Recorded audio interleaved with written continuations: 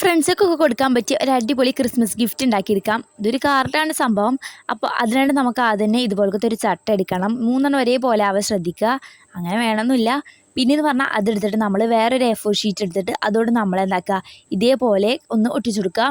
അതിൻ്റെ കുറച്ച് വിട്ടിട്ട് വേണം നമ്മൾ വെട്ടിക്കൊടുക്കാൻ വേണ്ടിയിട്ട്. എന്നിട്ട് വെട്ടിക്കൊടുത്തിട്ട് ഇതുപോലെ വെട്ടിയിട്ട് ബാക്കിലോട്ട് ഒട്ടിച്ചു കൊടുക്കുക. അപ്പോൾ നമുക്ക് നല്ല വൃത്തിയിൽ കിട്ടും.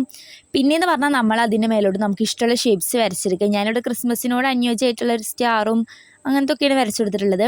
പിന്നെയെന്ന് പറഞ്ഞാൽ നമ്മളത് ഇതുപോലെ വരച്ചെടുത്തിട്ട് അതിനൊരു ഹോള് ഇട്ട് കൊടുത്തിട്ട് നമ്മളെന്താക്കി കൊടുത്ത് സൂചിയിട്ട് നല്ലോണം കുത്തി കൊടുക്കുക. പിന്നെ നമ്മൾ ഇഷ്ടമുള്ള കളേഴ്സിൽ നമ്മൾ തുന്നി കൊടുക്കുക. എന്നിട്ട് പറഞ്ഞാൽ അത് നമ്മൾ ഇതുപോലെ കിട്ടും.